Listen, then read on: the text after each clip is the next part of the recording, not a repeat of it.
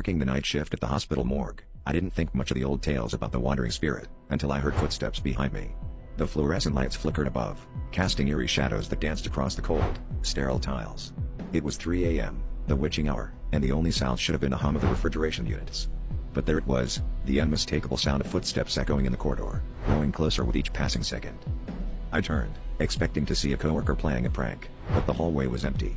My pulse quickened as I remembered the stories the seasoned staff would share in hushed tones, tales of a restless spirit said to roam the halls, seeking something, or someone. Determined not to let fear get the best of me, I continued with my work, but the sensation of being watched never left.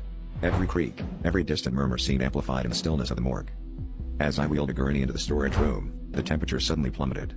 My breath formed visible puffs in the air, and the lights dimmed to a flicker. I heard their footsteps again, this time accompanied by a faint whisper, a voice calling my name. My heart raced, and I felt a cold sweat trickle down my spine. Gathering my courage, I followed the sound, which led me to an old, forgotten storage room I had never noticed before. The door creaked open, revealing rows of untouched, dusty files and an antique mirror leaning against the far wall. The mirror's surface was clouded, but as I approached, it cleared, reflecting not just me but a figure standing behind me. I spun around, but the room was empty. When I looked back at the mirror, the figure was now staring directly at me, its eyes hollow and filled with sorrow. The whispers grew louder, almost deafening, and I realized the spirit wasn't just wandering, it was trapped, seeking release. In a sudden, desperate attempt to escape, I shattered the mirror, and as the shards fell to the floor, the footsteps ceased.